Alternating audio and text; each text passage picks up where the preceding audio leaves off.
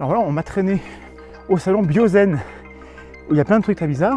Un salon vaguement intéressant, on parle de différentes choses, et il y avait notamment des salons, des stands avec des acupuncteurs, donc un appareil à 380 € sans pile, qui est juste une boîte en plastique avec des picots en ferraille, en métal qui vous font mal, et plus vous appuyez, plus vous avez mal, plus ça montre que vous avez un problème. Bon. Il y avait des naturopathes naturellement, il y avait des stands avec de l'eau dynamisée. Et j'ai appris un truc fou, j'ai appris que lorsque on fait circuler de l'eau dans un tube qui fait une sorte de tourbillon, donc ils appellent ça un vortex, qu'on sépare le jet en deux vortex qui tournent l'un dans un sens opposé à l'autre et qu'on les fait se rejoindre, eh bien ça nettoie l'eau de son information. C'est la mémoire de l'eau, vous voyez, on est face à comme ça. Et lorsque les deux vortex arrivent à nouveau en contact, eh bien l'eau est chargée en énergie parce que les vortex font qu'à partir du vide se créent des électrons. Je ne déconne pas, c'est comme ça qu'on m'a expliqué, donc j'ai bien expliqué à la personne que ça méritait au moins 2 prix Nobel, et j'ai pas eu de réponse sur comment ça marchait, mais on a ça. Et il y a notamment une personne qui s'appelle Annie Lobé, qui est une militante anti-Linky, anti-ondes, anti-téléphone, anti-technologie de manière générale, qui est persuadée que les ondes qui nous baignent sont extrêmement nocives pour la santé, qui a fait une conférence où elle a dit des choses qui me paraissaient douteuses, et donc je suis allé à son stand le lendemain, donc aujourd'hui, samedi, pour parler avec elle et pour échanger, pour lui montrer qu'on n'est pas des gens obtus. Et j'aimerais ça vous encourager, si possible, à faire comme moi et mieux que moi, c'est-à-dire à ne pas être dans une confrontation bête et méchante, mais à avoir une discussion où on écoute l'autre et on n'argumente pas trop. Donc je vous propose de regarder ce petit morceau de vidéo. En tout, ça a duré au moins 40 minutes, voire 50 minutes, je crois, cet échange. Je ferai un petit montage pour vous garder les moments intéressants. Mais en fait, vous allez voir un bel exemple de millefeuille argumentatif où, quand on pose une question simple, elle passe par plein de trucs bizarres autour et puis elle répond pas en fait. Donc c'est assez intéressant. Je vous souhaite d'apprécier les vidéos pendant que moi je souffre sur les pentes d'une montagne qui fait au moins 10 km de haut. C'est atroce, c'est irrespirable. Les Pyrénées, c'est beau. Et je suis essoufflé, mais en fait c'est des effets spéciaux, faut pas y croire, c'est tout faux. Voilà, bah écoutez, n'hésitez pas à mettre dans les commentaires le sentiment que vous inspire cette conversation que j'ai essayé constructive avec cette personne. Renseignez-vous sur la street epistemology, renseignez-vous sur l'entretien épistémique, c'est le nom qu'on donne en français, voilà, sur la méthode, sur comment discuter avec les tenants-croyants sans que ça dégénère, sans se braquer. En espérant que cela vous soit utile, je remets ma casquette parce que j'ai déjà une oreille qui a malheureusement été flétrie par cet astre qui dissémine des ondes électromagnétiques mortelles, le soleil. À bientôt.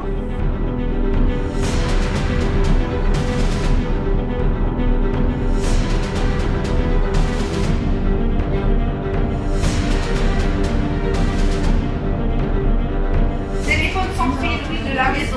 Téléphone de maison sans fil. Portable maison, voilà. Donc, il émet dans cette gamme qui est quand même très, très courte, disons de 30 à 1900, il émet à 250 milliwatts. On sait que c'est peu. Alors ce que j'ai fait, c'est que j'ai demandé à ce radioastronome qui s'appelle Éric Gérard, de l'Observatoire de Paris, je lui ai demandé de calculer la différence entre ces 250 milliwatts et le bruit ambiant naturel à la surface de la Terre. C'est 100 000 milliards de fois plus puissant que le niveau ambiant naturel à la surface de la Terre. Une onde ne peut pas traverser un obstacle dont la taille est supérieure à la longueur d'onde. Par exemple, à 12 cm le Wi-Fi, c'est arrêté par un mur d'une épaisseur de 12 cm. Mais nous, notre peau, elle a une épaisseur beaucoup plus fine, donc le Wi-Fi nous traverse, nous transperce, comme si on n'était pas là, si vous voulez. Donc on n'est pas prévu évidemment pour être transpercé par son, puisque en dessous de 5 MHz, il n'y en a pas du tout à la surface de la Terre.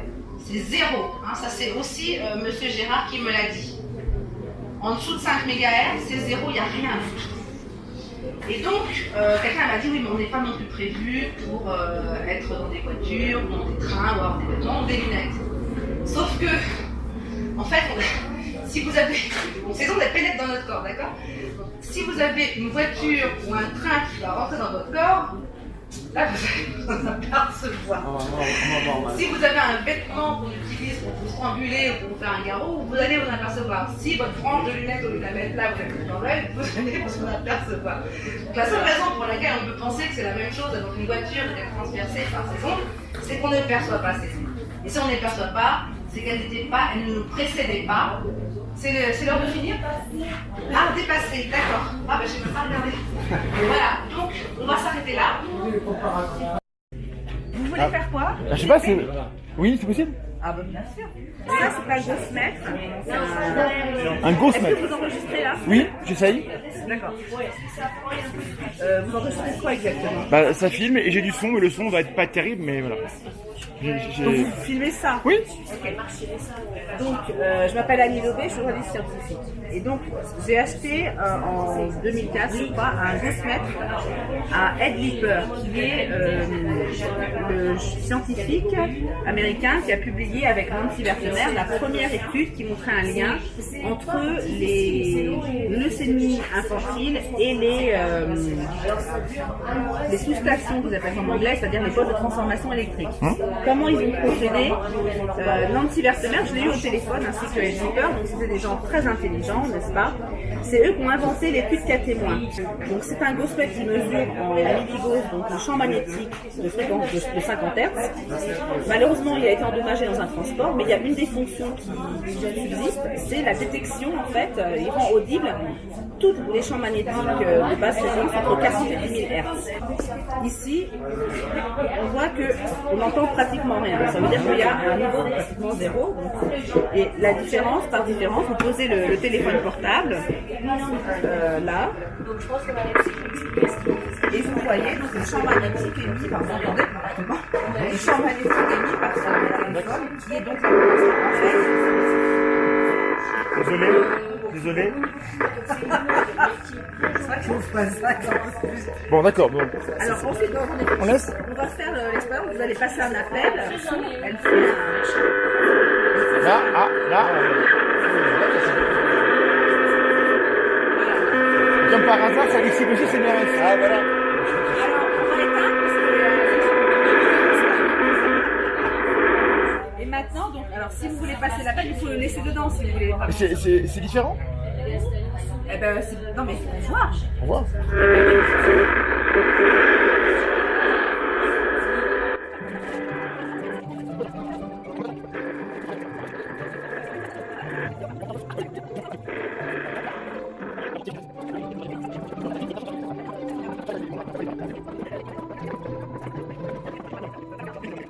Alors, l'instrument, c'est le HF32D de GHz Solutions, qui a un spectre compris entre 800 et 2500 MHz. C'est les micro-ondes, vous êtes d'accord? Oui. La téléphonie... Bon, on est 2005, hein, la téléphonie. 2004, 2005. Voilà, ça dépend si c'est la 4G ou la 3G, mais bon, en tout cas, c'est bien compris là-dedans, ainsi que le Wi-Fi, d'ailleurs, qui est à 2450.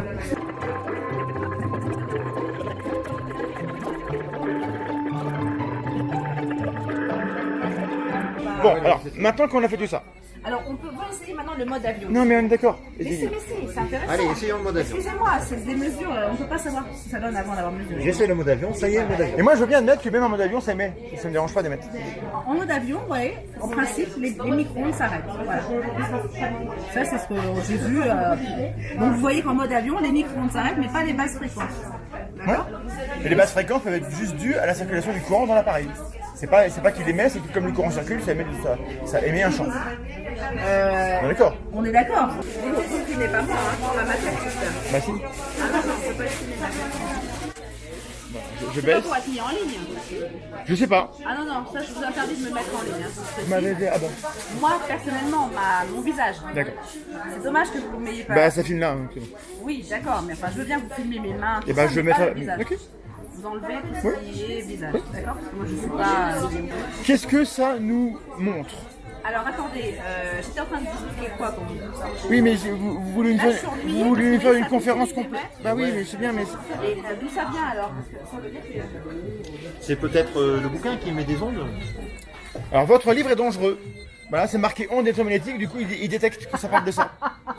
moi, ce qui m'intéresse, c'est que j'aimerais aller au bout du propos parce que jusqu'à présent, j'ai rien à redire. Admettons. Non, mais attendez, il y a un truc que je comprends pas. Là. Ouais, mais moi, Pourquoi ça continue d'émettre alors qu'il est directionnel et que là, il n'y a rien? peut-être qu'il marche mal. Peut-être qu'il marche mal. Mais de toute façon, regardez tout à l'heure, ça variait, même avec le téléphone, entre 0 et 2000. Oui, mais c'est parce que ce n'est pas régulier. Alors, ce que je voulais vous dire, j'étais en train de vous dire, si vous j'aimerais bien que vous fassiez l'expérience, vous enlevez Internet. Vous enlevez le fait qu'ils reçoivent en permanence. Et moi, je vous accorde que ça émet des ondes tout le temps. Non, et on passe à l'étape C'est d'après. pour savoir s'il émet tout le temps ou pas. Mais vous ferez. Je suis d'accord, je pense qu'il émettra. et que Voilà, vous avez ça émet tout le Non, mais temps. il ne faut pas penser, il faut mesurer. Et j'aimerais connaître votre raisonnement, madame, pour voir qu'est-ce que vous en concluez. Moi, j'accorde tout est vrai. Mais qu'est-ce qu'on en conclut? Alors, comme je disais hier dans la conférence, qu'est-ce que vous avez fait là? Ah, rien. D'accord, donc c'est vraiment... J'ai touché à rien sur mon téléphone. Ok, là je comprends pas ce qui se passe parce qu'il n'y a pas... Vous avez vu qu'au début quand je l'ai allumé, après ça s'est baissé. Là vous avez... Il est encore sous garantie. Il est en Non, mode... il est en mode normal. Il n'y a rien de... Est-ce que vous pouvez tous les deux mettre votre portable en mode avion? Mais non, mais c'est Non, ça. je veux savoir d'où ça vient, Mais excusez-moi. vous ferez un test avec votre appareil plus tard, moi je veux avoir la réponse sur votre raisonnement. Hier, vous alliez parler de santé, paf, ça a coupé, ça m'intéressait, on n'a pas pu aller au bout. Je veux comprendre. Quand vous dites, par exemple, qu'il y a 100 000 milliards de fois plus d'ondes que dans la nature, je veux bien, ok, qu'est-ce qu'on en conclut? Moi, ce qui m'intéresse, c'est de comprendre le raisonnement. Parce que moi, je suis pas votre ennemi. Si c'est dangereux, ça m'intéresse, parce que je suis exposé, hein. Alors attendez, parce que j'ai un truc que je voulais montrer hier et que j'ai pas eu le temps de montrer hier. J'ai pas d'objection sur le fait que ça émet des ondes, et peut-être trop d'ailleurs, c'est possible. Mais qu'est-ce qu'on en conclut? Alors donc, ce qui est important, c'est que, alors comme je disais hier, on n'est pas prévu pour être exposé à ces fréquences puisqu'elles n'existaient pas avant nous. Ça s'appelle un appel à la nature, ça m'intéresse pas, c'est pas un argument. Attendez, la vie s'est développée sur Terre dans des conditions très précises, par exemple au niveau de la radioactivité. C'est-à-dire que quand la Terre s'est formée il y a 4 milliards d'années, le niveau de radioactivité était très élevé et il a fallu attendre à peu près 3 milliards d'années que la radioactivité descende pour que la vie, sous la forme sur laquelle elle existe aujourd'hui, apparaisse. Les cellules eucaryotes. Non. Elles sont apparues il y a 1 milliard d'années à peu près. Ouais, oui, mais c'est pas à cause de la radioactivité. Non, ce que je dis simplement, c'est que les conditions dans lesquelles la vie s'est développée, c'est un niveau de radioactivité N. Oui, mais assez élevé d'ailleurs. N. Donc, qui avait énormément baissé depuis 3 milliards d'années. Si vous voulez. Bon. Pour les ondes, on s'est développé dans des conditions d'exposition N, qui sont donc, on a vu hier, 100 000 milliards de fois plus faibles qu'un téléphone de 250 milliwatts. Hein. Donc, c'est une condition dans laquelle la vie s'est développée. Voilà pourquoi j'explique que on n'est pas prévu pour être exposé. Mais votre phrase, elle a un présupposé il y a un présupposé qu'il y aurait des conditions qui sont optimales. Non, c'est des conditions qui sont compatibles avec la vie. Ça veut dire qu'elles sont optimales, elles sont compatibles avec la vie. On était exposé pendant des milliers d'années à tant de radiation, donc on peut supporter. C'est compatible. Ça veut dire qu'on est fait pour ça. Mais c'est compatible avec. On est prévu pour ça. Et je vous dis que on est adapté à ça. On est adapté à ça, admettons. Adaptation. Donc ces ondes qui nous transpercent dans des conditions que j'ai expliquées. Alors transpercer, c'est compliqué parce que non, on est traversé. On est traversé, oui. Ouais. On est traversé. Vous avez dit transpercer 20 fois hier. J'ai pas relevé, mais transpercer, ça implique qu'un ballon qu'on transperce, c'est compliqué. Un ballon que vous traversez avec de la lumière le traverse, il est pas perturbé. Donc le mot transpercer, sémantiquement, il est chargé aussi. Je suis d'accord avec vous, il est peut-être inexact puisque transpercer, ça indique peut-être une blessure. Ben voilà. D'accord. Donc alors. Mais traverser, très bien. Mais transpercer quand même. Je vais vous dire pourquoi. Par exemple, quand je parlais de ça avec un médecin, elle me dit oui, effectivement, si je frotte ici pendant 1 an ou 2, je vais développer un cancer. Bon, en tout cas, il y a une chose qui est sûre, c'est que la compression... Il y aura une blessure toujours. Voilà, une blessure. Et donc, ces ondes, quand elles nous traversent, elles nous aussi provoquent des blessures dans les cellules. Pas forcément. Non, pas forcément. Alors, comment ça se passe? J'ai écrit donc pour qu'il y ait blessure, il faut qu'il y ait interaction entre le rayonnement et les molécules qui sont touchées. Tout à fait. Alors c'est là où on vient à l'effet sur les ions calcium. Alors 99% du calcium que nous avons dans le corps est fixé dans les os et 1% libre dans les cellules d'entrer et de sortir sous l'effet de différents agents. Et en même temps, ces ions calcium accomplissent différentes fonctions. Il y a un chercheur qui s'appelle Berridge, qui est britannique, un spécialiste des ions calcium, qui a publié une étude dans laquelle il identifie plus de 150 processus dans lesquels sont impliqués les ions calcium et les transferts calciques. C'est super important. En termes de communication cellulaire, le calcium est hyper important. Tant mieux, vous connaissez les ions calcium, ça me rassure. Et notamment dans les cancers, la voie calcique, elle est impliquée souvent. Souvent, Donc je suis d'accord. exactement. Et alors donc ce qui se passe, c'est que de même que la compression cellulaire provoque un efflux d'ions calcium, une sortie des ions calcium, D'accord. de même, toutes les ondes électromagnétiques ont ce même effet de provoquer la sortie des ions calcium. Par ma connaissance. Alors ça a été documenté par Rossaday, Carl Blackman, et donc il y a des études nombreuses, publiées principalement dans une revue qui s'appelle Bioélectromagnétique. Et comment je me suis intéressée à ça, c'est parce qu'un chercheur français qui s'appelle Bernard Verret, dans une communication qu'il a faite à Jussieu en 1991, a dit la phrase suivante: l'un des effets les mieux étudiés en bioélectromagnétisme et les flux d'ions calcium provoqués justement donc, par soit des micro-ondes, soit Oui, à quelle dose? Voilà, alors justement, c'est là où ça devient intéressant, c'est que les études ont été tellement multiples et bien faites qu'on a pu déterminer que ce n'était pas seulement une question de dose, mais surtout ce qu'ils ont appelé en anglais window effect, c'est-à-dire un effet fenêtre. De même que là, si vous avez une fenêtre, vous voyez ce qui se passe de l'autre côté, mais après s'il y a un mur, vous ne voyez plus rien. Donc à certaines fréquences, vous allez avoir un effet, et à d'autres fréquences, vous n'allez plus avoir aucun effet sur les Tous ceux qui ions étudient calcium. les ondes savent qu'on doit travailler sur des fenêtres spécifiques parce qu'en effet, il y a des, selon la fréquence, il y aura ou pas interaction. Parce que la taille des molécules, la taille des ondes est corrélée. Et si la taille n'est pas bonne, il n'y a pas d'effet. Le modèle qu'ils ont utilisé, c'est Awake Cat Cerebral Cortex et Rat Cerebral, non, embryo, Chico-embryos. Donc ça veut dire donc, le cortex cérébral de chat éveillé et d'embryon de poulet. Brain tissue in vitro, ça il en a fait beaucoup, mais il m'a dit qu'il avait utilisé 60 000 œufs pour ses études. D'accord. Mais il y a aussi eu des études sur le vivant. Alors, Rossaday m'a expliqué, quand je lui ai téléphoné, qu'en fait l'origine de ces études, c'est que c'est de la recherche aérospatiale. Comme ils devaient envoyer des organismes vivants dans l'espace, ils ont voulu voir quel effet avait la fréquence de 400 Hz qu'ils savaient qu'il allait avoir dans les instruments de bord. Et alors je ne sais pas pourquoi ils sont arrivés aux ions calcium, parce que je me souviens plus ce qu'il m'a dit, ou peut-être que j'avais pas assez de connaissances pour comprendre, mais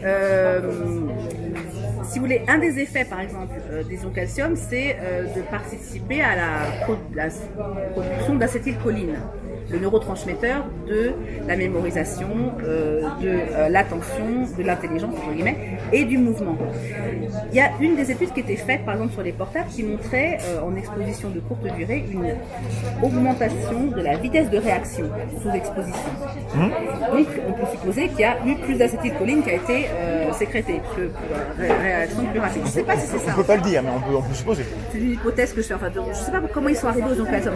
J'ai vu une étude qui montrait, par exemple, sur un seul ion calcium, l'effet d'un seul ion calcium suffit pour faire battre le cœur d'une grenouille. Donc les ions calcium, c'est très très sensible. Hein. Ça a un impact important, mais est-ce que c'est sensible à des fréquences de faible intensité? C'est pas sûr. Tout à fait. Alors, ce qui se passe, c'est que les études, en fait, sont claires. Si vous exposez à des ondes de forte intensité, une durée brève suffit pour provoquer un échauffement. Oui. D'ailleurs, j'ai vu les premières études complètement horribles qui ont été faites. On a mis des chiens vivants dans des fours à micro-ondes jusqu'à ce que mort s'en suive pour étudier. Et on a vu qu'il y avait des créations de points chauds avec des endroits qui étaient complètement carbonisés, d'autres qui étaient intacts. Je suppose qu'ils étaient anesthésiés, j'espère. Je ne sais pas. C'est déjà grave, bon bref. Bon, c'était avant les années 70, il n'y avait pas... Donc ça c'est la première chose. Après il y a d'autres études qui ont été faites qui ont montré des effets athermiques qu'on a appelés spécifiques. Ce sont ces effets qui sont contestés par les CNIRP notamment, mais payés par les industriels, payés par ceux qui veulent aussi utiliser ces ondes comme des armes, donc Air Force par exemple, il y a pas mal d'études mensongères là-dessus, avec, bon, je ne pas les noms. Mais parce que moi du coup j'ai étudié l'effet des ondes de ces fréquences-là sur les levures, sur les cellules. Alors j'ai regardé la littérature, et justement on traquait les effets non thermiques. Parce que des cellules... les levures, c'est des cellules eucaryotes aussi. Oui. Donc il y a de long calcium. D'accord, ok. Et on n'a rien pu montrer. Et dans la littérature, il y a quelle fréquence alors 200, 2400. 0,4 giga, c'est la fréquence des téléphones. Et c'est qui est-ce qui a publié ça? Ça n'a pas été publié. J'ai fait le travail et dans l'équipe ça s'est mal passé. Donc, voilà. Mais, c'est vous qui avez fait le travail. et donc on n'a rien Vous vu. travaillez pour qui à ce moment-là? C'était l'université de Clermont-Ferrand et d'Angers. Alors à Clermont-Ferrand, ils ont montré un effet sur les tomates. Je me souviens plus du nom. C'est Angers, c'était mon chef. Il a montré un effet sur les tomates. Il a montré des effets sur les Il a tomates. publié ça. C'est vrai, c'est vrai. Est-ce que c'est reproductible? Ah bah j'en sais rien. Bah, J'ai pas essayé. on a du mal. Je sais pas si c'est Donc un truc important, c'est que quand un papier sort une fois et qu'on a un résultat, c'est un fort indice que quelque chose se passe. Si personne n'arrive à le reproduire, c'est sans doute que c'était pas fiable. Et ben ces études-là, quand on les Le compte, poids a été reproduit? pas tellement en fait. Ah bah ouais, alors comment on peut le savoir si c'est pas reproductible? Alors c'était essayé, on n'a pas reproduit les mêmes résultats. Ah, donc ça a été reproduit avec des résultats Alors, différents. Quand on dit reproduit, c'est qu'on a réussi à reproduire. Vous n'avez pas pu C'est-à-dire que reproduire son protocole? ça a été répliqué, mais Répliqué. mais on n'a pas produit les Oui, c'est résultats. bon, répliqué. Une nuance. On refait, mais on reproduit pas les mêmes résultats. Donc c'est pas. Alors seulement qu'il passe des choses, c'est intéressant, mais c'est pas assez solide pour Le dire chercheur comment on avec est fait. lequel j'ai eu le plus de contact, c'est Pierre Aubineau. Donc lui, je suis carrément allée dans son laboratoire, il nous a montré tout Quel ça. labo CNRS Bordeaux. Ok. Je me souviens un peu de l'unité qui a d'ailleurs été dissoute depuis. C'était la physiologie, signalisation cellulaire. Donc, Oui, bah, il était quand calcium. même- voilà. Ben non, justement, lui, il ne travaillait pas sur les ions calcium, il travaillait sur la migraine avec des modèles. D'accord. Lui, ce qu'il a montré, c'est les flux de grosses molécules qu'on appelle, qu'il avait rendu fluorescentes de la, je sais pas quoi, séreuse de bœuf, là, je me souviens plus ce que c'est exactement. Ok. Il avait Je vois. rendu fluorescent. et il La avait- SAB, la sérum aluminium. Oui, c'est ça. Et il avait rendu. Là, je connais un peu. Bah oui, c'est bien. Il avait rendu fluorescente et il avait vu qu'elle passait dans le parenchyme cérébral sous l'effet. D'accord, ça devient poreux. Lui, par contre, il avait bien mesuré la température. Il a dit que c'est un effet athermique. Très bien. Et il était intéressé, parce qu'en disant on a beaucoup de mal à casser la barrière hémato-encéphalique pour faire rentrer des médicaments dans le cerveau, on pourrait utiliser ça éventuellement dans Oui, des d'accord, je vois. protocoles thérapeutiques. Ça n'a pas eu de fuite malheureusement, parce que lui il a été empêché de publier. Mais par contre, sa publication, elle est en ligne sur le site. D'accord.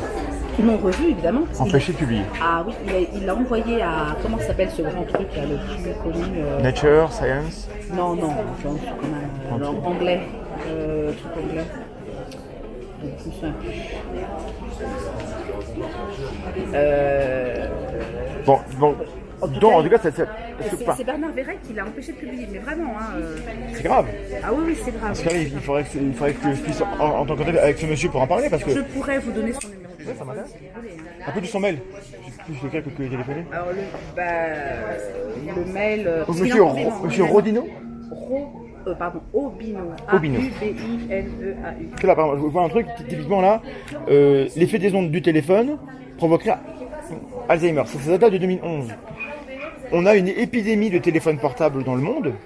Ça date de 2006 en fait. Le livre 2 date de juin 2011, D'accord. mais le livre papier a été Donc, écrit en depuis 2006, à l'époque, vous saviez que le Alors téléphone là, provoquait on Alzheimer. se basait sur des études faites par Salford, un Suédois, Oui. qui a exposé pendant 2 heures des jeunes rats et qui a montré donc après des coupes qu'il les a sacrifiés, il a coupé leur cerveau en tranches et il a montré des vacuoles qui sont D'accord. exactement les mêmes vacuoles. Donc, ça date que des années les 90.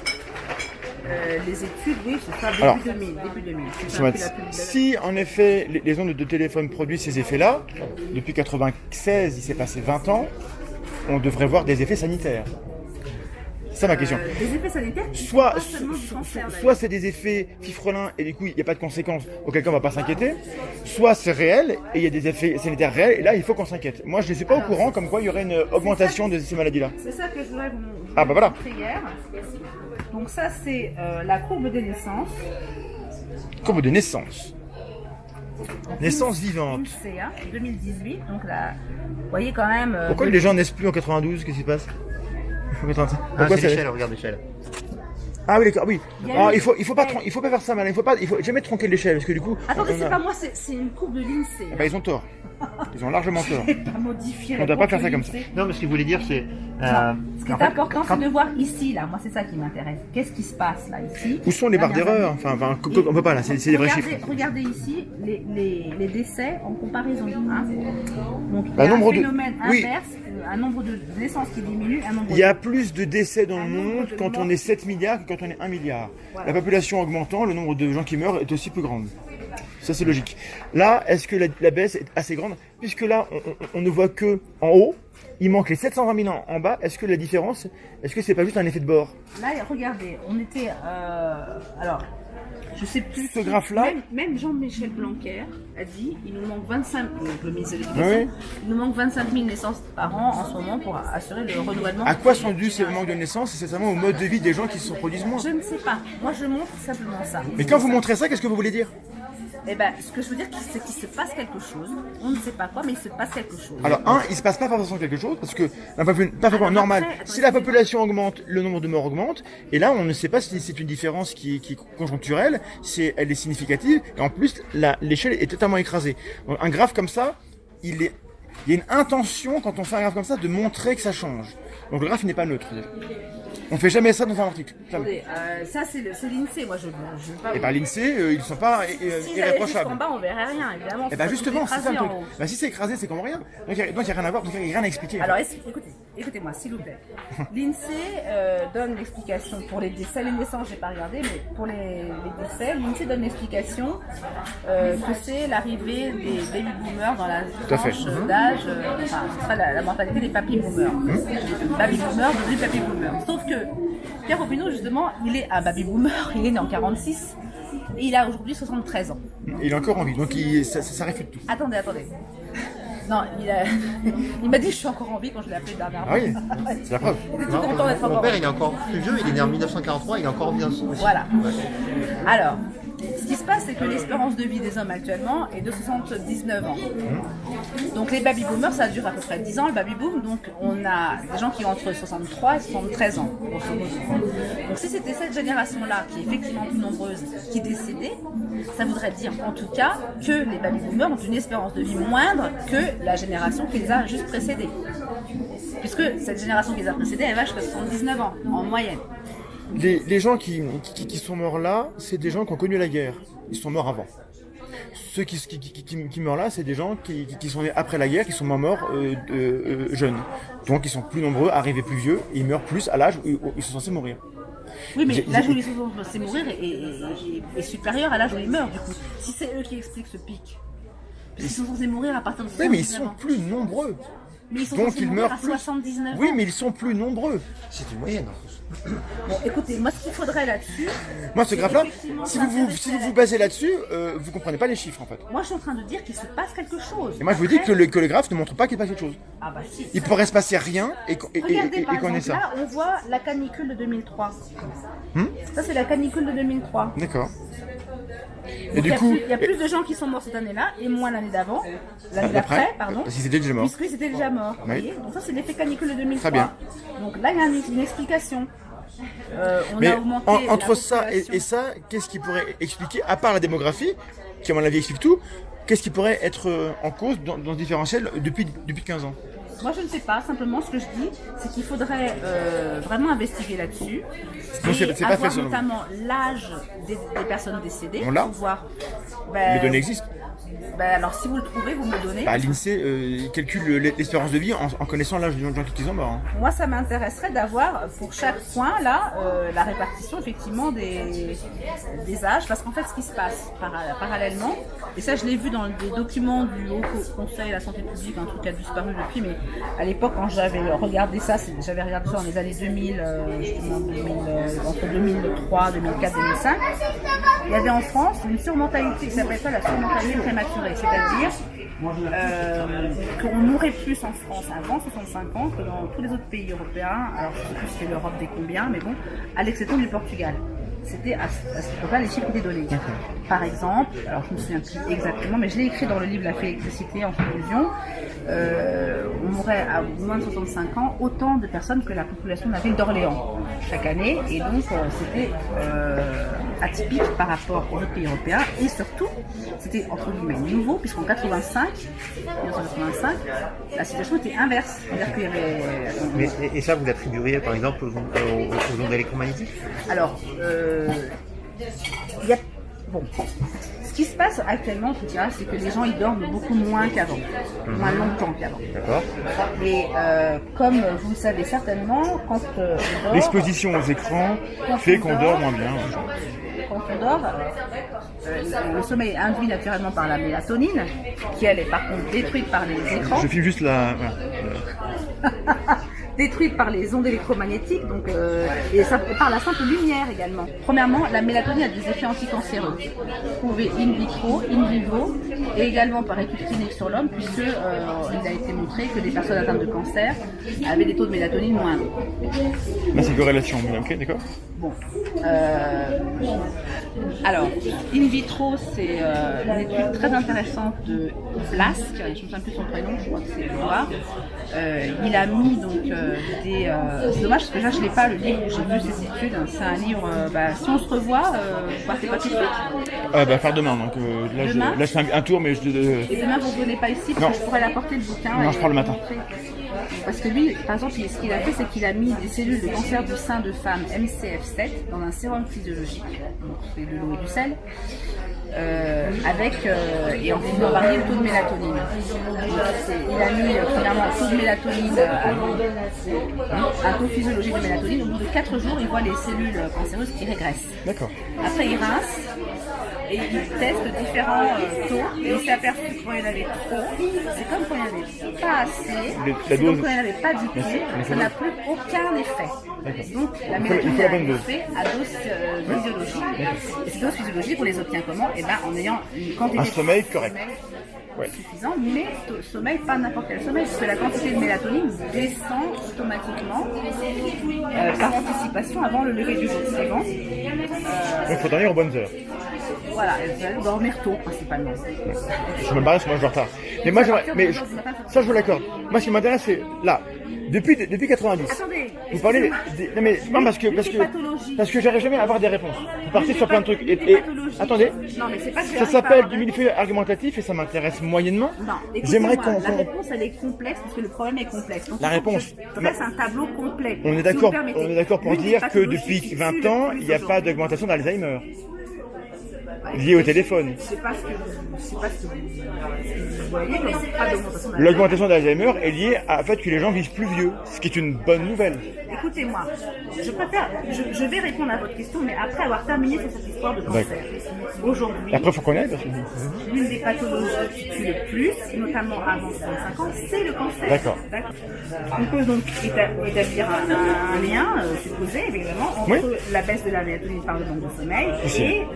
alors, il y a une autre raison pour laquelle la mélatonine baisse, c'est le passage à l'heure d'été. C'est-à-dire qu'on perd 1 heure de mélatonine chaque jour depuis entre le mois d'avril et le mois d'octobre.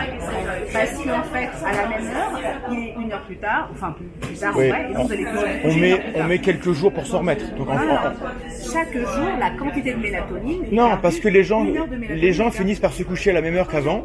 Donc le décalage... Vous vous couchez à l'heure de votre montre. Si vous couchez à 10h, à 10h, en fait, il est 11h. Vous couchez tous les jours à 10h. Oui, si vous couchez toujours à 10h, d'accord. À 10h, il est 11h. Mais donc, quand vous êtes chez vous et que vous fermez vos volets, vous êtes dans le noir, à un moment donné, vous retrouvez un cycle circadien. Oui, mais la mélatonine, elle commence à diminuer automatiquement. De toute façon, avant de lever le jour à la même heure. Elle se recale sur les cycles. Quand on met les gens dans des cavernes, ils ont un cycle de 23 heures. Quand ils sont dehors, on n'est pas isolé. Hein. On est en... photorécepteurs. Et bien justement. Ou arrête la... Justement. Donne sur la rétine. Donc. Les gens qui tombent à la bonne étoile à l'heure d'hiver, il n'y en a pas beaucoup. Non, mais par contre, vous êtes d'accord avec moi que si vous vous couchez 1 heure plus tard, à partir du moment où la mélatonine elle va commencer à baisser à la même heure, parce que ça c'est un phénomène physiologique, vous perdez 1 heure de mélatonine chaque jour. Donc à la fin de l'été, vous aurez perdu, je sais plus, j'avais calculé, ça fait l'équivalent de 11 nuits blanches. Ouais, mais bon, à mon avis, c'est un calcul qui n'a pas de sens, mais je ne peux pas vous dire pourquoi. Parce que là, j'ai vu trop d'erreurs avant pour vous croire là-dessus. Mais admettons. Non, mais alors, vous pouvez faire les calculs vous-même. En tout cas, moi, c'est pas un problème de calcul, c'est un problème de est-ce que ça a du sens de comparer des heures cumulées de sommeil en moins. est-ce que ça a du sens? Non, ce qui est sujet à caution, c'est quand je dis c'est l'équivalent de 11 nuits blanches. C'est ça. D'accord. Voilà. Mais bon, c'est quand même, c'est pour dire voilà le nombre d'heures. Ça a sûrement un impact dans la semaine où on change, ça je vous l'accorde absolument. Ça, Et le reste. Tout l'été. Ouais, Enfin, je sais pourquoi pas. je dis ça? Parce qu'en fait, ça a commencé en 75, je crois, cette histoire de l'heure d'été. Et puis 10 ans après, on a vu commencer à fleurir les cancers. Ah bon? Et oui. Et donc, comme on estime que 10 ans, c'est à peu près la période jusqu'à laquelle arrive un cancer, je m'interroge. Donc sur le un- changement d'heure serait un facteur aggravant dans la prévalence des cancers. Et là, Ça, mais pas seulement. Parce que Et je l'apprends ici. Parce qu'il ne se passe pas que le problème du fait que la mélatonine est anticancéreuse. Quand on dort moins, ce qui se passe, c'est qu'il y a tous les processus de réparation cellulaire. Le système qui se immunitaire est passent moins efficace. la Mais nuit est-ce que pendant toute la Donc, si séquence où on on est en dort heure moins- d'été, est-ce que les gens dorment moins bien vraiment à cause de ce décalage-là? C'est pas qu'ils dorment moins bien, c'est qu'ils ont moins de mélatonine dans leur sommeil. Parce qu'ils se couchent une heure plus tard. Il y a Et en des- plus, en France, on a Est-ce 2 qu'il y a heures d'écart alors avec le attendez, soleil. est-ce qu'il y a des données qui montrent que dans les pays où on passe à l'heure d'hiver, les gens ont moins de mélatonine que dans les autres pays? Ça pourrait être un élément qui dirait ok, est-ce qu'on a ça? Alors, je pense pas. Et ben alors faites-le, trouvez-le, fouillez-le, demandez-le parce que J'aimerais bien pouvoir- ça pourrait être. Tiens, vous devriez Voilà. faire des études comme ci, comme ça. c'est vrai que du coup, il devrait y avoir des. Est-ce que tous les pays sont passés à l'heure d'été, à l'heure d'hiver, à ce changement-là en même temps? Parce que si c'est pas le cas, ça veut dire que suivant les pays, on devrait observer des Regardez, différences au niveau des oui, cancers. mais en France, on a 2 heures d'écart puisqu'on avait déjà 1 heure d'avance. On a gardé depuis l'heure allemande. Vous vous souvenez de cette histoire? Non, mais c'est vrai qu'on est décalé. Alors on est décalé parce que en fait, quand la France était sous l'union allemande, elle est déjà passée à l'heure allemande. D'accord. Donc, alors, par contre, vous voyez ce qu'on voit, c'est qu'il y a beaucoup de cancers en Bretagne. En Bretagne, ils subissent encore plus ce décalage. Ils sont plus à l'ouest. Vous voyez. D'accord. Donc, Donc voilà. ça, vous le savez qu'il y a plus de cancers en Bretagne à cause du sommeil. Non, je dis pas que c'est à cause du sommeil. Quand J'ai pas dit que c'était à cause du sommeil. quelqu'un qui vous écoute et En Bretagne, qui a pas on la a prudence que moi j'ai, va dire, elle vient de nous dire que On a à cause de la pris- mélatonine, on a le cancer. Ah oui, ça je le dis.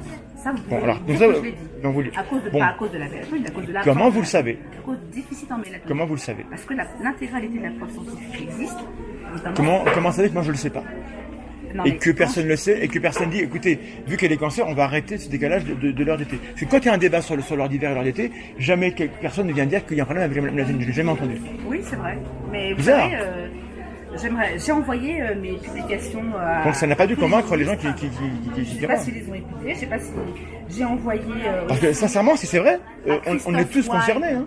À Christophe Wade, le directeur du CIRC, bien sûr qu'on a discuté, directeur du Le CIRC, CIRC, pour lui faire une observation par rapport. Le cirque, en général, ils ne se font pas prier Il m'a pour dire qu'un truc est répondu- cancérigène. Il m'a hein. répondu qu'il était content de la façon de fonctionner. J'avais fait une critique sur un des chercheurs qui était dans le groupe d'études sur justement les champs de radiofréquence. Donc c'était René de 16 en disant qu'il y avait des liens d'intérêt et qu'il n'avait pas déclaré les mêmes D'accord, dans c'est autre un chose, groupe et ok. dans l'autre. Et il m'a dit on a des bonnes Est-ce qu'il y aurait des liens d'intérêt? Est-ce qu'on peut soupçonner qu'il y ait des gens qui soient corrompus pour nous forcer à passer à l'heure d'hiver? Et autant il y a des trucs que je peux comprendre. passer à l'heure d'hiver ou passer à l'heure d'été. Je sais pas, j'ai du mal avec les deux concepts. C'est lequel qui pose problème? C'est l'heure d'été? L'intérêt. Non. Le décalage négatif, c'est en été? Oui, bien D'accord. sûr. Ok. L'intérêt Qui aurait intérêt? L'intérêt que le gouvernement, la raison pour laquelle il est passé à l'heure Et Rémi Énergie. c'était pour éviter, je crois, la pollution du soir, parce que les voitures étaient. C'était pas surtout ce que les gens allument leur lumière le matin ou pas. En fait. C'est tout ça. Et l'économie revient à la consommation d'une ville comme Orléans. C'est marrant, on revient à Ah cette ouais. échelle-là. Mais en fait, c'est Orléans qui est un peu le centre. C'est ça, mais j'ai fait ma thèse là-bas. Hein. Comme par hasard. C'est fou, hein. Mais j'ai bien compris ce que vous voulez dire. Et si c'est vrai, c'est grave, c'est important. Et je vois pas de gens qui pourtant devraient être convaincus, et ils le sont pas. Mais je reviens à ça. Depuis 20 ans quand même. Les jeunes et les portables Alzheimer à 35 ans, les jeunes de l'époque, ils ont plus que de 35 ans maintenant. C'est là où ça Où devient sont les très maladies? intéressant. Ah bon, bah il est temps alors. Et c'est là où on a des observations faites par. Alors je vous invite à aller voir parce que j'ai trouvé ça, donc ça fait récemment, après même avoir écrit le livre J'aide les enfants à décrocher les écrans.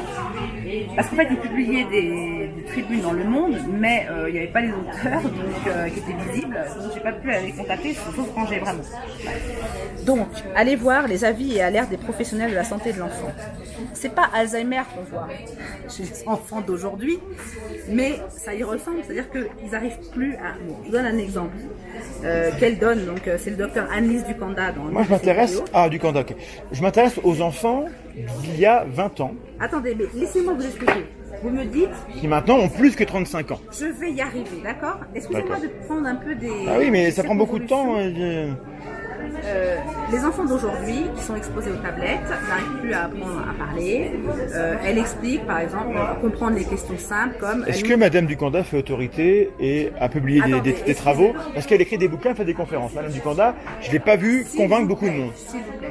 Et ben déjà, elle a convaincu au moins 3000 professionnels qui font le même métier qu'elle de signer une charte qu'elle a proposée avec son collectif. Donc c'est déjà les gens qui sont sur le terrain contactent les enfants, ils voient tous la même chose, c'est-à-dire entre 2 et 4 enfants par classe qui n'arrivent plus à...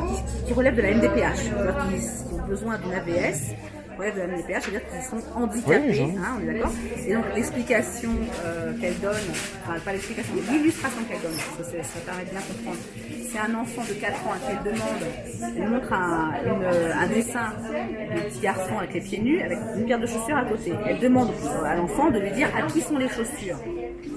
Et l'enfant de 4 ans répond bleu. Pourquoi? Parce qu'il a appris les couleurs avec la tablette, mais il n'a pas eu assez d'interaction avec ses parents pour comprendre les questions qu'on lui pose. J'ai vu hier le livre TV Lobotomie, qui est très bien. En effet, la télé ou les tablettes ne remplacent pas une interaction avec les adultes. Ça, je suis totalement d'accord. Quel rapport avec les ondes? Il y a le rapport, il y a TV Lobotomie, effectivement. Oui, il ne dit pas un mot sur les ondes. Hein. Il dit c'est dangereux de ne pas interagir avec les enfants. Il a totalement raison, je le rejoins. Il dit même pas ça, il dit... Il dit ça rend con et on perd du vocabulaire. Toutes les études, oui, j'ai lu. à chaque fois il a vu des effets. Alors, est-ce qu'il parle des ondes? Pas du tout. On est d'accord. D'ailleurs, quand je l'étais vu, il m'a dit les ondes, c'est pas mon sujet. Voilà, il a bien raison. Mais c'est le mien, excusez-moi. Oui, mais alors, lui, il est convaincant. Quand les écrans deviennent neurotoxiques, donc elle, c'est Sabine Duflo qui fait partie aussi du collectif d'Annelise Ducanda, hein, avec des médecins. Donc elle est psychologue clinicienne. Et donc, elles ont fait les mêmes observations. Et donc, ces observations, c'est qu'il y a entre 2 et 4 enfants par classe qui sont complètement incapables d'intégrer l'école, puisqu'ils ne peuvent pas comprendre et exécuter une consigne simple telle que mets ton manteau, enlève tes chaussures, et donc ils ne peuvent pas suivre une classe. À quoi on impute ça? Alors justement, eux, ils ont fait l'expérience à force. Si vous voulez, en psychologie, vous recevez les parents, et donc ce qu'elles font, c'est qu'elles demandent aux parents, racontez-moi la journée. Ouais. Et donc elles se sont aperçues que beaucoup de ces enfants-là étaient sur écran du matin au soir. Alors je fais une parenthèse quand même. Attendez, vraiment, moi je suis d'accord avec vous, les écrans sont dangereux. Attendez, les ondes. Excusez-moi. Vous nous parlez des ondes et là vous mélangez les deux registres, c'est pas possible.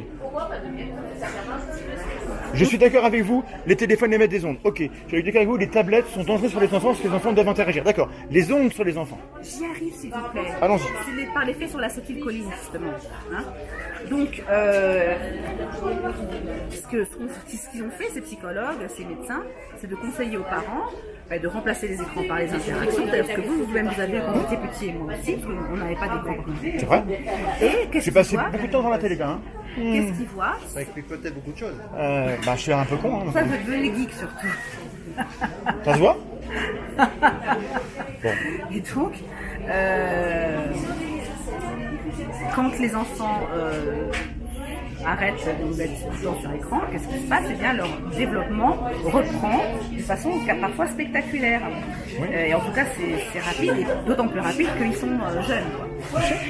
Donc, eux, ils ont fait le lien de cause à effet par l'expérimentation de terrain, en fait. D'accord. Et le lien de cause à effet, c'est le lien, c'est l'interaction avec la maman ou le papa. Le fait que quand je dis un mot, c'est rien à voir avec les ondes. Voilà, donc eux non plus, ils sont pas sur les ondes, parce qu'eux aussi, ils connaissent rien. Et du coup, ils convainquent tout le monde, parce que leurs études sont solides.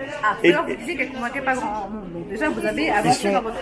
Non, mais ils convainquent personne avec les ondes. Ils convainquent tout le monde avec les interactions. Vous avez dit qu'ils convainquaient tout le monde, alors que tout à l'heure, vous avez dit que Anne Ducanda n'avait pas convaincu. Quand Madame Ducanda parle des ondes, elle convainc personne. Quand elle parle des interactions, elle a elle raison. parle pas pratiquement pas des ondes. Eh ben, alors, peut-être que du coup, il faudrait peut-être pas parler d'elle là. Alors- Parlez-moi de tout ce qui parle des ondes. Non, mais écoutez, ce qui est intéressant, c'est que par des voies différentes, nous arrivons aux mêmes conclusions. Pas sur les ondes. Alors, non, les conclusions, c'est que les écrans sont nocifs. Comment est-ce que les ondes rendent les enfants idiots? Parce qu'en fait, c'est ça, je suis un peu méchante en disant ça. Disons ça, mettons. Mais les enfants, on observe qu'il y a une baisse du niveau scolaire. D'accord? C'est pas nouveau, hein, ça fait quand même assez, au moins une vingtaine d'années qu'on observe cette baisse du niveau scolaire. Alors, c'est discutable parce que qu'est-ce qu'on mesure? Quelles compétences on mesure? Les enfants d'aujourd'hui ont des compétences différentes des On enfants est d'il y a même 40 ans. obligé de changer les programmes, et ça, j'ai fait un article là-dessus que je vous enverrai parce qu'il n'est pas encore publié. Est-ce que c'est grave? C'est très grave parce que vous avez des enfants qui arrivent à faire son orthographe, etc. Est-ce que l'orthographe est importante? Et bien, si vous voulez écrire un truc sans l'orthographe, à quoi elle sert l'orthographe? Elle sert à être intelligible et compris par tout le monde. Oui, mais ça sert aussi de marqueur social. Ça sert surtout pour être clair et compris. Non, l'orthographe française. Si tout le monde a les mêmes règles. L'orthographe française organise à dessein une complexité et une déconnexion entre le son qu'on produit et la graphie, et c'était volontaire, c'était pour distinguer les imbéciles et les femmes, les hommes savants à l'époque. Donc l'orthographe, c'est pas un argument. Et il se trouve que depuis 100 ans, on avait tellement augmenté le niveau de la population générale grâce à l'école que tout le monde était capable de lire les journaux, etc. Et de comprendre et de réfléchir. En fait, ça sert le langage. Je suis pas sûr que les enfants maintenant réfléchissent. Mais bon, admettons. Eh ben, vous parlez souvent avec des jeunes. Moi, je parle beaucoup avec des jeunes parce que je me déplace pas mal par les transports. Et donc, c'est des en commun. Je dis pas que c'est des cons, mais non, j'ai pas dit ça. Mais quand vous arrivez à en trouver un qui a quelque chose d'intéressant à dire, c'est quand même rare. Et si vous écoutez C'est leur vrai pour les conversation- adultes. Regardez autour de vous. Pas là, mais partout. Hein. Moi qui dis des trucs intéressants, on en cherche. Hein. Alors, en tout cas, parlons du niveau scolaire, parce que je veux pas donner Je l'air ne suis de pas d'accord pour stigmatiser. dire que le niveau scolaire est un élément pertinent pour mesurer l'effet des ondes. Je suis désolé. Il y a trop de facteurs autour, sociaux, historiques, qui pourraient avoir un impact. Je veux un lien de causalité ou au moins une corrélation importante entre l'exposition aux ondes qu'on aurait isolée sur un paramètre de la santé ou de Alors, pour moi, mon hypothèse, parce qu'évidemment, il n'y a pas d'études spécifiques là-dessus, que en tout cas, j'ai pas cherché, les gens ne l'ont pas trouvé, et je sais pas s'il y en a, ça passe par l'acétylcholine. L'acétylcholine, pour que ce neurotransmetteur, donc qui est le neurotransmetteur de l'attention, de la vigilance, du potentiel d'action, du mouvement et donc de la mémorisation, il est sécrété, ce neurotransmetteur. C'est un neurotransmetteur qu'on connaît très bien, parce qu'il a été découvert en 1907, donc On connaît tous les récepteurs cholinergiques. Énormément d'expérience dessus.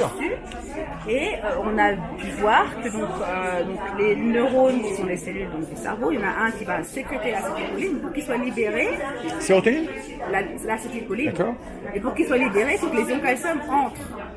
Avant qu'il soit libéré dans l'espace entre les neurones pour aller dans un autre neurone. C'est par des là- synapses et le calcium est important dans C'est par là que ça dans la- passe. Il faut que les ions calcium rentrent pour que l'acétylcholine qui a été produite par un neurone soit libérée dans la synapse. D'accord. Et donc, sous l'effet des ondes, vous avez comment dirais-je? Sous l'effet des Les ions ondes, calcium à quelle qui sortent, fréquence, qui ne rentrent pas. avec quelle fréquence, avec quelle puissance, et mesurer dans quel système. Je ne suis pas d'accord pour dire qu'on a montré que le téléphone ou la tablette diminuait les flux de calcium dans la tête des gens. Aucune preuve. Alors, en tout cas, ce qui a été montré par Rossadet, c'est que ça a un impact. Et en fait, c'est toujours le même. C'est la sortie des ions calcium. La chaleur, qui est les infrarouges, provoque aussi la sortie des ions calcium. Etc. Enfin, donc, toutes les ondes ont le même effet. Donc, on ne peut pas dire que d'être exposé aux ondes n'aura pas cet effet, puisque toutes les ondes ont le même effet. Je suis pas d'accord. Et dans l'état Parce naturel de la qu'il y a planète, des longueurs d'ondes. dans l'état naturel de la Quand planète, les rayons gamma tapent une cellule, ça n'a pas le même effet que quand c'est je vous parle des la rayons lumière rouge. ionisants, je ne parle pas des rayons gamma, je parle des rayons non ionisants. Les rayons ionisants, c'est pareil, tous n'interagissent pas. La lumière qui me fait bronzer ou qui me fait prendre un coup de soleil Elle fait sortir les ions calcium aussi. n'interagit pas comme les infrarouges qui vont juste me chauffer. Elle fait sortir les ions calcium aussi. Eh ben, ça dépend des doses. Ça dépend des bonnes énergies. À ma connaissance, il n'y a pas d'onde qui fait rentrer les ions calcium. Il n'y a pas de fréquence qui fait rentrer les ions D'accord, calcium. mais des fois, elles font rien. D'accord, ok. Enfin, vu qu'on est dans un bain où il y a tellement de fréquences différentes, Amorti par l'air, beaucoup quand même. c'est pas amorti par l'air dans la mesure où c'est des ondes pulsées. Donc un téléphone portable, comme j'ai dit hier, peut communiquer avec une antenne qui est éloignée de 20 km s'il n'y a pas d'obstacle, c'est-à-dire qui serait supérieure à la longueur de l'onde qui créer cette onde. Il n'y a pas, évidemment, dans les Et donc, fréquences. comment ça se fait, si c'est vrai, et que ça a des impacts depuis 1996, ça fait 23 ans au moins qu'on le sait, où sont les données sanitaires? Et une chose que je regrette, c'est qu'on ait arrêté le service militaire. Parce que, au moment du service militaire, il y avait 3 jours de tests, il y avait 3 jours de tests psychotechniques. Et j'ai vu, je vous assure, j'ai eu accès à un moment donné, malheureusement, je ne peux pas le garder, au résultat de ces tests. C'était d'une précision et c'était vraiment très très bien fait. D'accord. Et donc, si on avait continué ça, là, on aurait eu vraiment cette étude longitudinale qui nous manque. Donc en fait, vous basez sur des données que vous n'avez pas. Je me base sur les observations que font les professeurs. Quand un professeur vous dit les élèves sont devenus inintéressants, il y en a un ou deux par classe qui est intéressant. Alors, il y a quelqu'un qui disait les jeunes d'aujourd'hui n'ont plus aucun respect, ne savent plus apprendre, ils sont trop des nuls. Socrate, 2500 ans. Avant aujourd'hui. De tout temps, en fait, les gens. Non, moi je vous que parle d'un professeur qui est déçu par les élèves. Oui. Socrate aussi, il était déçu par les élèves. Socrate, c'était quand même quelqu'un de bien. Il était peut-être aussi dans une phase descendante de sa civilisation. Imaginez alors le QI qu'il devait avoir à l'époque. L'explication la plus probable, c'est que les profs, en vieillissant, leur caractère change et leur relation aux élèves change. Les élèves ont des codes différents des siens, et du coup ils se sentent vieux et du coup il est moins content. C'est beaucoup plus probable que ce soit ça qui explique pourquoi les gens ont des jugements. Et quand on regarde l'effet Flynn que vous connaissez, FLY2N, le QI moyen des gens augmente de 4 points de QI tous les 20 ans. Là il est en phase de stagnation voire de baisse. Auquel cas peut-être que vous avez raison. Mais en tout cas on peut pas dire que ça fait des générations que ça baisse, ça augmente. Pas vite mais ça augmente un petit peu. Donc la lecture etc. Ça se fait mieux maintenant qu'avant. En gros. Et ce qui m'intéresse, c'est qu'entre là, parce qu'en plus vous le vendez encore, donc si vous y prenez encore, un truc qui date 2011 et 96, où sont les effets qu'on devrait voir? Ça prédit des effets. Est-ce qu'on les voit? Il y a un autre critère de quantité d'acétylcholine qu'on a dans le corps. Mais vous me parlez de ça, moi je veux comme données. Ah oui, mais c'est très théorique. Ça pourrait être vrai, mais c'est comme le principe de la dent d'or de Fontenelle. Avant de vouloir expliquer un phénomène, on doit voir s'il existe. Est-ce que le Père Noël glisse plus vite avec du beurre dans la cheminée ou pas? Je prends un autre exemple. Excusez-moi, j'ai pas écouté ce que vous avez dit parce que je voulais. Bah oui, vous m'écoutez pas. Je voudrais vous prendre cette Vous êtes très fermé, madame. Vous savez, l'acétylcholine, c'est quelque chose de très important puisque dans la maladie d'Alzheimer, on constate post-mortem parce qu'on ne peut pas, en tout cas la dernière fois que j'ai regardé les études, on ne savait pas doser l'acétylcholine dans un cerveau vivant. Post-mortem, on constate un déficit d'acétylcholine chez les personnes qui ont la maladie d'Alzheimer. Ils ont beaucoup de déficits. Qui sont décédés. Il y a beaucoup de trucs qui marchent plus, donc forcément ça les impacte. Bon voilà, mais je vous l'accorde, soit. Si vous allez avec des personnes qui sont dans cette maladie-là, vous voyez un autre caractéristique, elles ont des mouvements lents. L'acétylcholine, c'est aussi le neurotransmetteur du mouvement. Donc il y a un lien en fait, si je vous dis, entre la lenteur de l'esprit et la lenteur des mouvements. Et si vous regardez les jeunes aujourd'hui, leur manière de se déplacer, ils se déplacent lentement. Ah oui. Et il n'y a aucun record du monde qui de course à pied ou de vélo qui est battu maintenant. Voilà. On n'en a plus d'ailleurs. Évidemment, vous avez des sportifs qui ont un niveau d'activité. Et eux ne sont pas exposés aux ondes. En général, je vais prendre un exemple. Je connais une jeune fille qui effectivement est très peu, moins exposée que les autres et qui réussit. D'accord. Donc vous donnez une anecdote. D'accord que je peux en trouver mille autres. Je peux vous donner une autre anecdote. Mais je remarque. Mon neveu, quand il était en 5e, il y avait 4 classes de 5e dans ce collège et tous les premiers de la classe, ils n'avaient pas de portable. C'est une anecdote. D'accord. Voilà. Alors intéressant. Pas de portable. De quel milieu sont-ils? C'est le même milieu ici. Non, c'est pas vrai. Il y a toujours des différences. Qu'est-ce que leurs parents leur font faire à la maison? Est-ce qu'ils ont une activité sportive hors de l'école? En général, c'est corrélé. Les parents qui suppriment les téléphones pour X raisons, souvent ils font d'autres choses à côté. Et c'est ce qui est à côté qui explique. Ça s'appelle le contexte. C'est là qu'il faut que vous voyez la vidéo d'Agnès Panda parce qu'elle explique qu'elle voit maintenant des enfants qui n'arrivent plus à apprendre dans tous les milieux. Oui. Donc, Madame Ducanda ne publie pas de revue où on démontre ce qu'elle observe et vous montrerez à quoi ça pourrait être dû. Mais d'abord, il faudrait montrer qu'on a une différence. Dans votre combat contre les tablettes, ce sera un combat qui serait, moi je pourrais même le partager, si vous vous arrêtiez à des choses qui sont clairement établies. À savoir que les tablettes, si les tablettes remplacent une interaction, alors elles sont dangereuses. Et là, je suis d'accord avec vous. Mais si vous dites qu'elles sont dangereuses à cause potentiellement de l'acétylcholine qui serait impactée par les ondes, là je ne vous suis pas parce que peut-être c'est faux, et si c'est vrai, ça doit se prouver. Vous voyez la nuance que j'ai? Donc moi je vous remercie de votre objection, puisque c'est exactement là où j'en suis actuellement. D'accord. Puisque là je vous ai énoncé un fait, maintenant je vais aller chercher les études pour l'établir, dans la mesure où, mais c'est vrai que j'ai pas énormément de temps en ce moment pour faire justement ces investigations, malheureusement, sinon ça serait déjà fait. Voilà. Donc, et vous comprenez que moi je suis pas là pour vous dire que vous êtes nuls et que c'est pas vrai, que c'est faux. Mais si c'est vrai, c'est tellement important qu'il faut des travaux solides. Et les chercheurs sont des gens qui sont exposés aux ondes aussi, leurs familles sont exposées aux ondes. Il n'y a personne qui a intérêt à cacher un danger qui existerait. Il y en a quelques-uns, mais en gros, il y a trop de chercheurs pour que ça puisse être caché en fait. Mais vous savez, sur les ondes, beaucoup de gens en fait disent oui, je sais. Mais je suis combien d'accord, ont vu les émissions réelles? Qu'est-ce que ça montre? Ça montre qu'il se passe quelque chose qu'on ne voit pas. C'est vrai, à partir de ce moment-là, on peut imaginer, on est exposé nuit et jour, et oui. Le phénomène, on a parlé de la sortie des ions calcium, mais il faut, dans l'état naturel de la planète, toute sortie d'ions calcium est suivie par une entrée d'ions calcium. Laissez-moi parler, s'il vous plaît. Là, je vois que vous avez déjà... Parce que vous revenez toujours à ça, et ça n'est pas prouvé. Je n'ai pas fini. Ils ont tout à fait prouvé. Ça n'est pas prouvé dans l'organisme, parce que la plupart des ondes sont la preuve. Quand le soleil me fait bronzer, il ne fait pas bronzer ma langue, hein.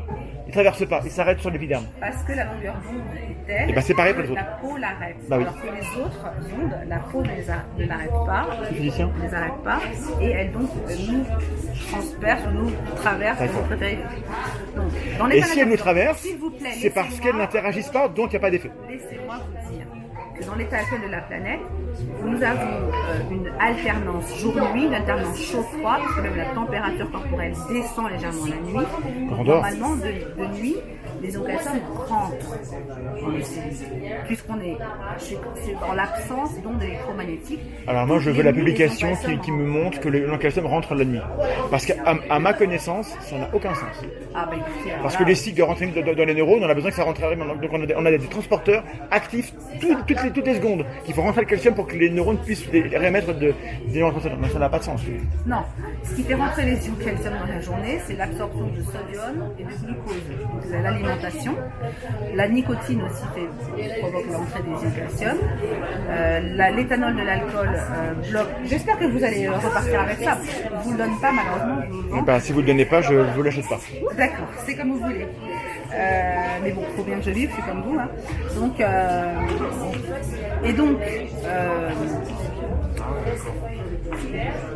toute sortie d'ion calcium doit être compensée et au moment de la mort, tous les ions calcium sortent des cellules. Voilà. Donc c'est pour ça que quand on est exposé à des ondes qui provoquent la sortie permanente d'ion calcium, qu'est-ce que c'est censé vouloir? D'accord. Ah non, c'est ça, d'accord. Donc dès que les ions calcium sortent, on s'approche de la mort. Donc il faut arrêter les neurotransmetteurs. Dès que vous transmettez un signal nerveux, les calciums rentrent. Il faut avoir un cycle qui permet Donnez-moi la référence qui me dit que la nuit, les ions calcium rentrent dans les cellules. Comment dirais-je? Par exemple, alors, si je vous le dis, c'est je l'ai lu. Alors, je ne sais plus laquelle c'est, par contre. Mais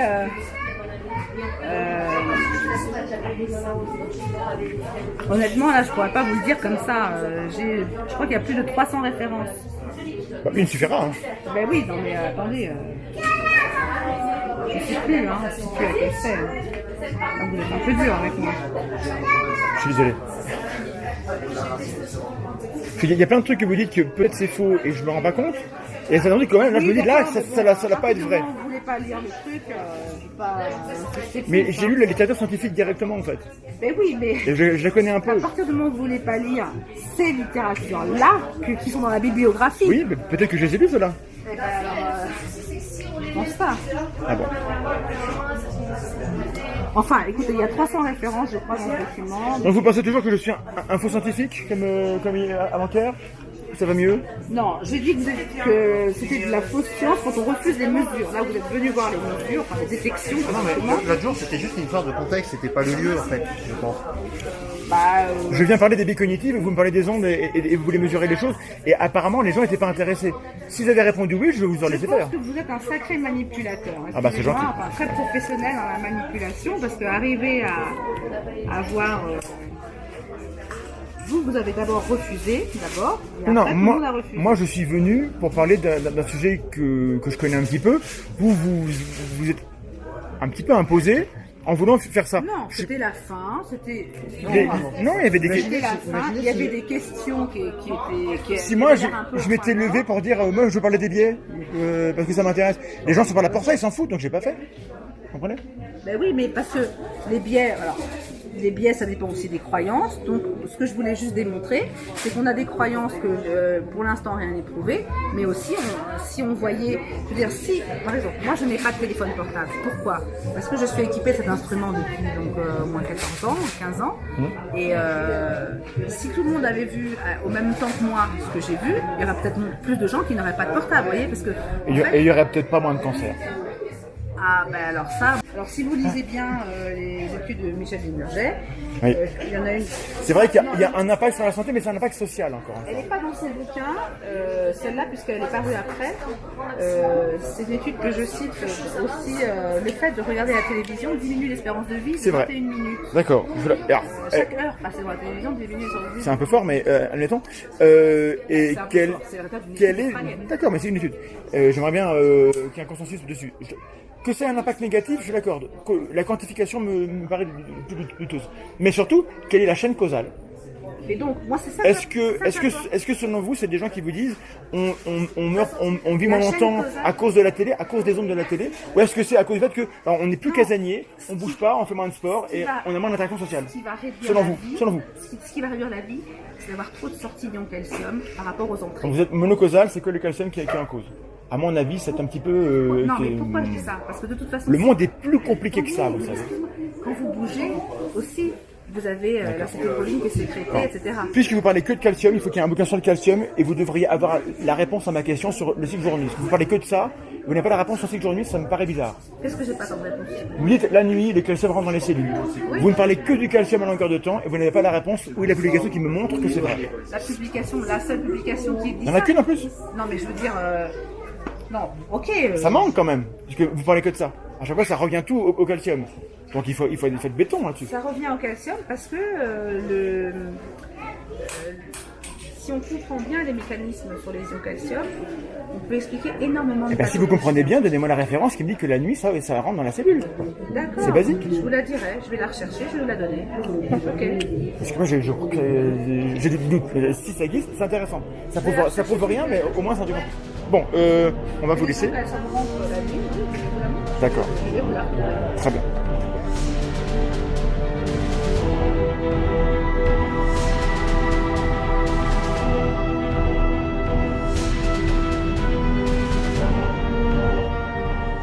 Alors voilà, je propose un petit débrief de ce qu'on vient de voir ensemble. Cette conversation que vous avez vue a eu lieu dans un contexte particulier, et c'est le contexte qui conditionne ce qu'on peut attendre et espérer d'une conversation. Donc là, qu'est-ce qui se passe?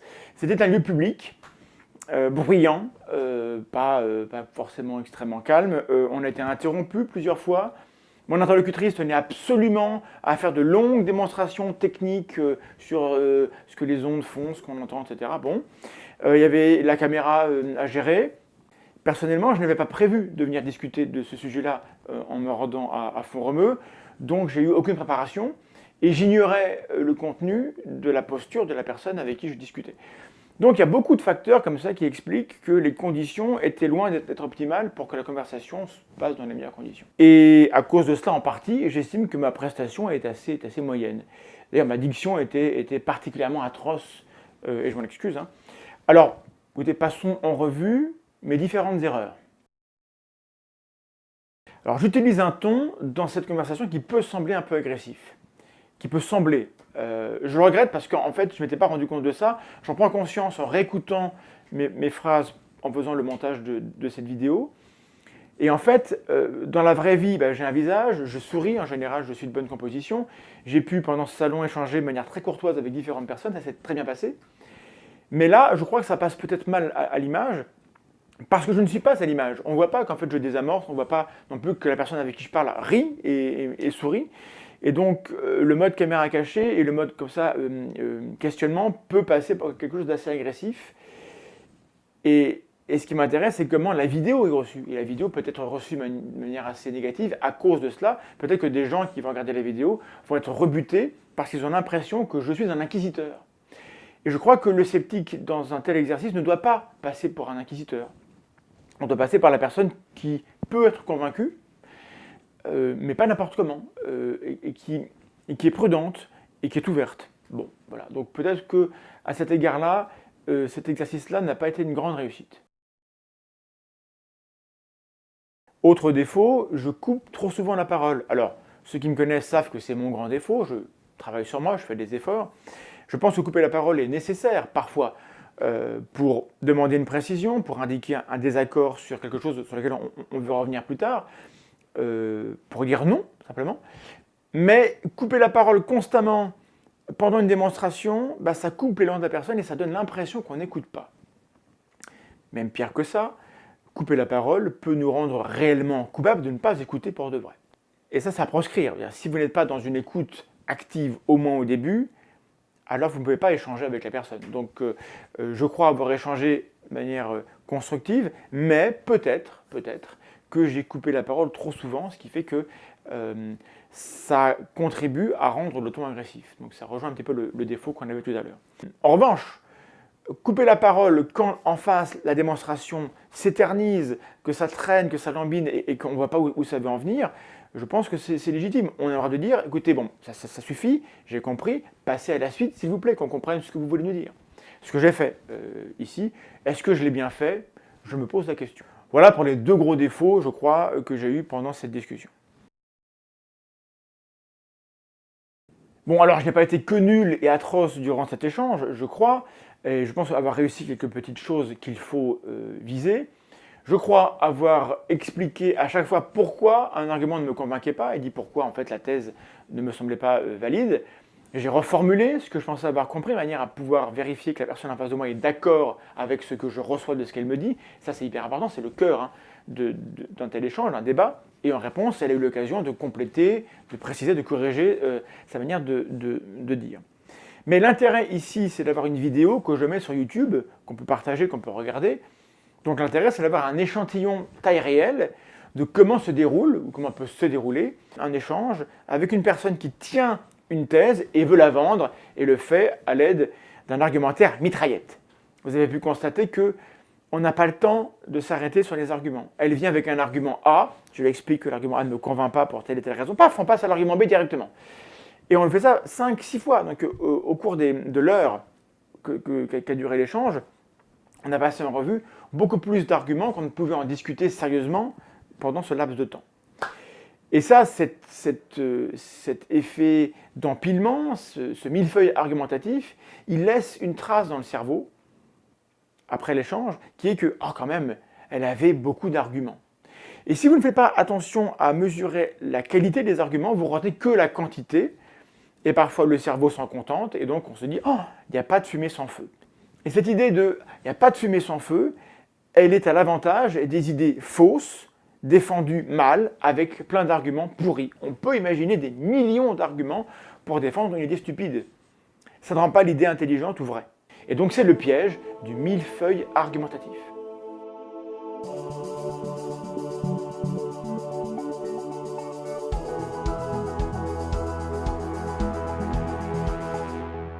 Consciemment ou inconsciemment, Annie Lebé échafaude donc un millefeuille argumentatif qui peut piéger tous ceux qui ne feront pas l'effort de se demander quelle est la valeur individuelle de chaque argument. Et ça marche, c'est très efficace. Quand on veut débattre sérieusement d'un sujet, dans le but de se rapprocher de la vérité, on n'évacue pas un argument, on l'évalue.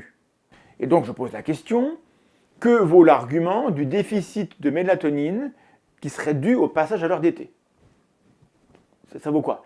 Que vaut l'argument de l'effet putatif de ce déficit hypothétique sur la prévalence des cancers? Parce qu'on nous dit que ça peut provoquer ça, mais on se base sur quoi? Où sont les faits? Est-il possible que le calcium regagne l'intérieur des cellules durant la nuit? Ce serait vraiment étonnant. Les enfants d'aujourd'hui sont-ils réellement plus lents que ceux d'avant? Plus stupides en fait. Que signifient les courbes de naissance et de mort qu'on récupère dans un graphe de l'INSEE? Qu'est-ce qu'on croit pouvoir en dire? Mais surtout, qu'est-ce que l'INSEE en dit? Si les graphes montraient une anomalie, l'INSEE l'aurait dit, ce sont ces graphes.